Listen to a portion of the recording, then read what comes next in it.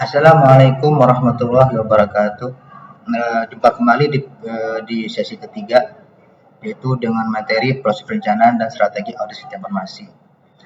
Proses perencanaan dan strategi audit sistem informasi dimulai dari audit AUSI adalah proses sistematis untuk menilai apakah sistem informasi dalam organisasi sudah berjalan efektif, efisien, aman, dan sesuai dengan tujuan bisnis. Tahap awal yang sangat penting adalah perencanaan dan penyusunan strategi audit, karena kualitas tahap ini akan menentukan kelancaran dan hasil audit secara keseluruhan. Proses perencanaan dan strategi audit sistem informasi adalah rangkaian tahapan sistematis yang dilakukan untuk merencanakan dan menetapkan strategi dalam melaksanakan audit terhadap sistem informasi atau suatu organisasi atau suatu perusahaan. Langkah-langkah perencanaan audit sistem informasi.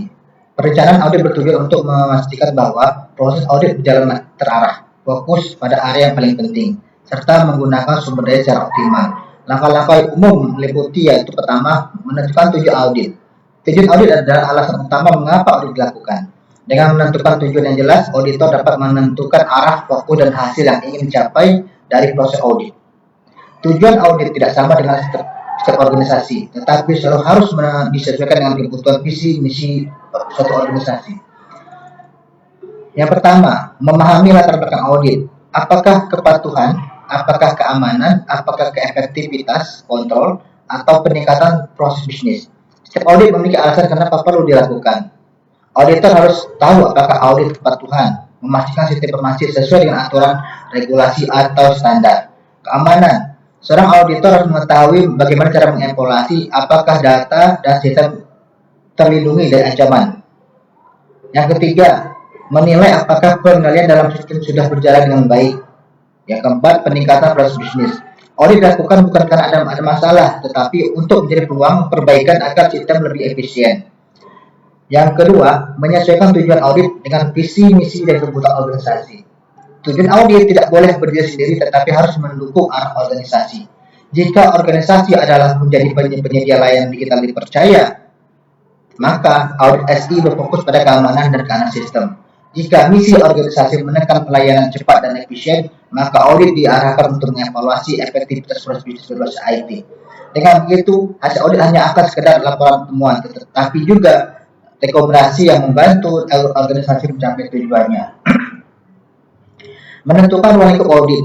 Ruang lingkup audit adalah batasan dan area yang akan diperiksa auditor. Dalam suatu audit informasi, dengan menetapkan ruang lingkup, auditor dapat fokus pada bagian tertentu yang dianggap penting, relevan, dan sesuai dengan tujuan audit. Tanpa adanya ruang lingkup yang jelas, audit bisa menjadi terlalu luas, memakan banyak waktu, biaya, dan akhirnya tidak efektif. Oleh karena itu, penentuan ruang lingkup merupakan langkah penting agar audit terarah, realistis, dan terukur. Menetapkan area sistem informasi yang akan diaudit, misalnya infrastruktur IT, aplikasi tertentu, database, atau proses keamanan, auditor perlu memilih bagian dari sistem informasi yang relevan dengan tujuan audit, misalnya infrastruktur IT, server, jaringan, data center, atau aplikasi tertentu, sistem akademik, sistem keuangan, aplikasi e-commerce, database, meliputi integrasi data, keamanan database, backup database, recovery database, produser keamanan, prosedur keamanan, kontrak akses per pengguna, kebijakan password, inskripsi data. Contoh nyata, audit di kampus bisa difokuskan pada sistem akademik online untuk memastikan keamanan data mahasiswa. Membatasi ruang lingkup agar audit tetap realistis dan terukur. Audit tidak harus mencakup seluruh aspek sistem informasi sekaligus karena keterbatasan waktu, biaya, dan sumber daya auditor. Dengan membatasi ruang lingkup, audit menjadi lebih terfokus dan hasilnya bisa lebih mendalam. Contoh nyata, dalam audit e-commerce, auditor hanya bisa fokus pada sistem pembayaran online, bukan seluruh proses bisnis. Mengumpulkan informasi awal. Tapi ini sangat penting karena auditor perlu memahami kondisi nyata sistem informasi dan organisasi sebelum melakukan audit lebih dalam. Dengan informasi yang awal yang lengkap, proses audit akan lebih terarah, efisien, dan sesuai kebutuhan organisasi. Melakukan wawancara dengan manajemen dan staf terkait. Auditor berkomunikasi langsung dengan pimpinan, manajer IT, hingga staf operasional untuk memperoleh gambaran umum tentang bagaimana sistem informasi digunakan. Yang kedua, wawancara ini membantu menemukan potensi masalah, kendala operasional, serta harapan organisasi terhadap audit. Yang ketiga, misalnya, manajemen mungkin menekankan pentingnya keamanan data pelanggan, sementara staf operasional menyoroti masalah keterbatasan infrastruktur. Mengkaji dokumen kebijakan IT, prosedur, standar operasional serta laporan sebelumnya. Auditor meninjau dokumen formal yang dimiliki organisasi seperti kebijakan keamanan informasi, prosedur penggunaan sistem standar, standar backup, atau tata kelola akses pengguna. Selain itu, laporan audit sebelumnya atau laporan insiden yang juga penting untuk dianalisis agar auditor dapat melihat pola masalah atau kelemahan yang berulang. Dengan dokumen ini, auditor bisa membandingkan antara aturan di atas kertas dengan kondisi nyata di lapangan. Mengidentifikasi sumber daya. Setelah memahami kondisi awal sistem dan organisasi, langkah berikutnya adalah memastikan sumber daya yang diperlukan untuk pelaksanaan audit sistem informasi tersedia. Audit tidak bisa menjadi efektif tanpa perencanaan sumber daya yang tepat, baik dari sisi manusia, waktu, maupun metode yang digunakan. Menentukan jumlah auditor, keahlian yang diperlukan serta waktu yang tersedia. Setiap audit membutuhkan auditor dengan kompetensi sesuai dengan fokus auditnya. Misalnya, jika audit menitibatkan pada keamanan jaringan, maka auditor dengan keahlian keamanan cyber sangat dibutuhkan. Jumlah auditor juga harus disesuaikan dengan ruang lingkup. Jika ruang lingkup mencakup banyak sistem, server, aplikasi, dan jaringan, dibutuhkan lebih auditor agar audit tidak terlalu lama. Perencanaan waktu penting agar audit tidak mengganggu operasional organisasi. Contoh, audit database bisa dijadikan jadwal 1 jam operasional rendah untuk meminimalkan gangguan layanan. Menetapkan metode audit, wawancara, observasi, pemeriksaan dokumen atau pengujian teknis. Wawancara untuk menggali informasi langsung dari manajemen dan staf operasional. Observasi, auditor melihat langsung proses penggunaan sistem, misalnya bagaimana staf login, bagaimana backup dilakukan, atau bagaimana kontrol akses diterapkan. Pemeriksaan dokumen meninjau kebijakan, prosedur, log aktivitas, laporan audit sebelumnya, dan sebagainya. Pengujian teknis, misalnya melakukan penetrasi test, menguji konfigurasi firewall, atau menilai efektivitas sistem backup. Dengan sumber daya yang jelas, audit dapat dilakukan secara fokus, efisien, dan relevan dengan kebutuhan organisasi tanpa membuang waktu dan biaya. 5. Menyusun rencana audit tertulis. Setelah sumber daya ditentukan, auditor perlu menyusun rencana audit dalam bentuk dokumen tertulis. Rencana ini berfungsi sebagai panduan resmi bagi tim auditor dan juga sebagai acuan bagi organisasi yang diaudit. Dengan adanya rencana tertulis, audit akan berjalan secara lebih sistematis, transparan, dan dapat dipertanggungjawabkan. Menyusun jadwal kegiatan audit. Auditor membuat timeline yang jelas, kapan audit dimulai, tahap apa saja yang dilakukan, dan kapan diperkirakan selesai. Jadwal harus realistis, mempertimbangkan ketersediaan auditor maupun pihak organisasi yang akan diwawancara. Misalnya, minggu pertama untuk pengumpulan data, minggu kedua untuk pengujian teknis, dan minggu ketiga untuk analisis serta penyusunan laporan. Yang kedua, menetapkan peran tim audit. Setiap anggota tim audit memiliki peran berbeda sesuai dengan keahliannya. Contoh pembagian peran: koordinator audit mengatur keseluruhan jalannya audit. Auditor teknis fokus pada pengujian sistem, keamanan jaringan atau database. Auditor dokumentasi bertanggung jawab pada pemeriksaan kebijakan, prosedur, dan standar operasional. Dengan peran yang jelas, audit dapat berjalan lebih efisien dan minim tumpang tindih pekerjaan. Menguraikan metode dan teknis yang digunakan. Rencana audit harus menjelaskan metode yang akan dipakai, apakah wawancara, observasi, pemeriksaan dokumen, atau pengujian teknis. Teknik audit yang dipilih disesuaikan dengan tujuan dan ruang lingkup audit. Misalnya audit keamanan jaringan, teknik penetrasi testing. Audit kedua di kepatuhan, pemeriksaan dokumen dan wawancara. Dengan uraian metode yang jelas, baik auditor maupun pihak organisasi dapat memahami pendekatan yang akan digunakan. Singkatnya, rencana audit tertulis dalam peta dan bagi auditor sehingga proses audit dapat dilakukan secara profesional, terarah, dan sesuai dengan kebutuhan organisasi. Identifikasi dan penilaian risiko keamanan informasi. Bagian penting dalam perencanaan audit adalah memahami risiko keamanan informasi yang dihadapi organisasi. Risiko adalah potensi ancaman yang dapat menimbulkan kerugian bila kontrol tidak memadai. Langkah pertama, identifikasi risiko. Yang pertama, menentukan aset informasi. Sebelum melakukan penilaian risiko, auditor harus lebih terdahulu mengetahui aset apa saja yang dimiliki organisasi.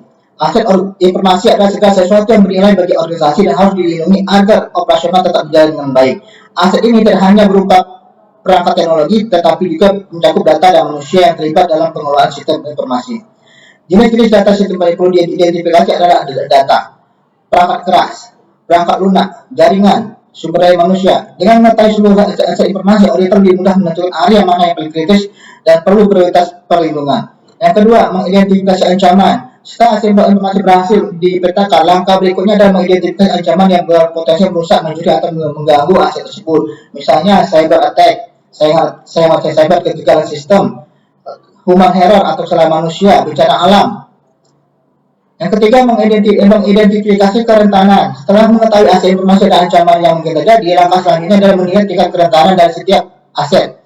Misalnya, kerentanan pada data, kerentanan pada perangkat keras, kerentanan pada perangkat lunak, kerentanan pada jaringan, kerentanan pada sumber daya manusia yang dimiliki. Tujuan utama kerentanan adalah agar auditor bisa menentukan seberapa mudah suatu ancaman bisa menyerang aset organisasi. Semakin besar kerentanan, semakin tinggi pula tingkat risikonya. Yang keempat, dampak atau impact assessment. Setelah kerentanan dinilai, langkah berikutnya adalah mengukur dampak yang mungkin timbul jika suatu ancaman benar-benar memaparkan kerentanan tersebut. Dampak risiko penting dipahami agar organisasi benar bisa menentukan prioritas penanganannya. Ini dampak risiko, dampak finansial, dampak operasionalnya, dampak reputasinya, dampak hukum, atau kepatuhannya. Intinya, penilaian dampak risiko membantu auditor dan organisasi dalam menentukan prioritas mitigasi. Yang kelima, menentukan tingkat risiko. Risiko sama dengan likelihood sama dikali impact. Setelah aset ancaman kerentanan dan dampak dianalisis, langkah terakhir adalah menentukan tingkat risikonya. Likelihood kemungkinan terjadi, impact dampak.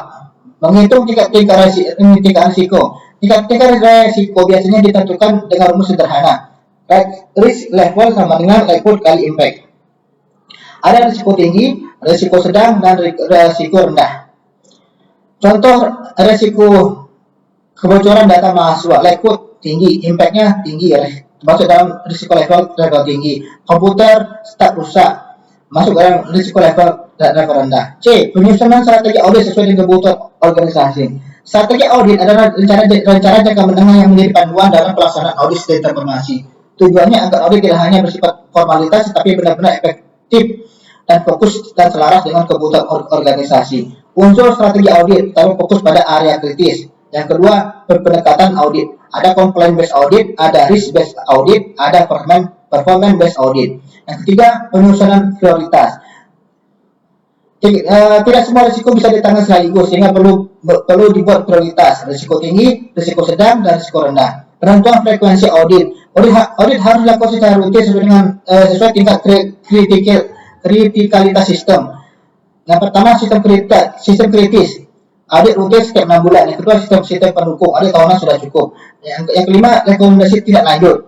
Strategi audit tidak berhenti pada temuan saja, tetapi harus melakukan mekanisme tidak lanjut. Contoh, manajemen harus menyusun rencana aksi untuk memperbaiki kelemahan yang ditemukan. Auditor dapat mengeluarkan pola audit untuk memastikan perbaikan benar-benar diterapkan. Dengan strategi audit yang jelas, organisasi bisa memastikan audit tidak hanya sebagai laporan formal, tetapi benar-benar memberikan nilai tambah berupa keamanan data, kepatuhan regulasi, dan peningkatan efektivitas operasional. Perencanaan dan strategi audit masih adalah fondasi agar audit berjalan efektif. Tahap ini dimulai dengan menentukan tujuan, ruang lingkup, dan sumber daya. Dilanjutkan dengan identifikasi serta penilaian risiko keamanan informasi. Lalu disusun strategi audit yang menyesuaikan kebutuhan organisasi. Dengan pendekatan yang terstruktur, auditor dapat memastikan hasil audit memberi nilai tambah nyata dalam meningkatkan tata kelola, keamanan, efektivitas sistem informasi organisasi. Demikian materi kita hari ini. Setelah ini akan ada kuis dan juga akan ada diskusi. Saya harap kalian semua bisa mengerjakan semua yang saya tugaskan. Cukup sekian untuk hari ini. Wassalamualaikum warahmatullahi wabarakatuh.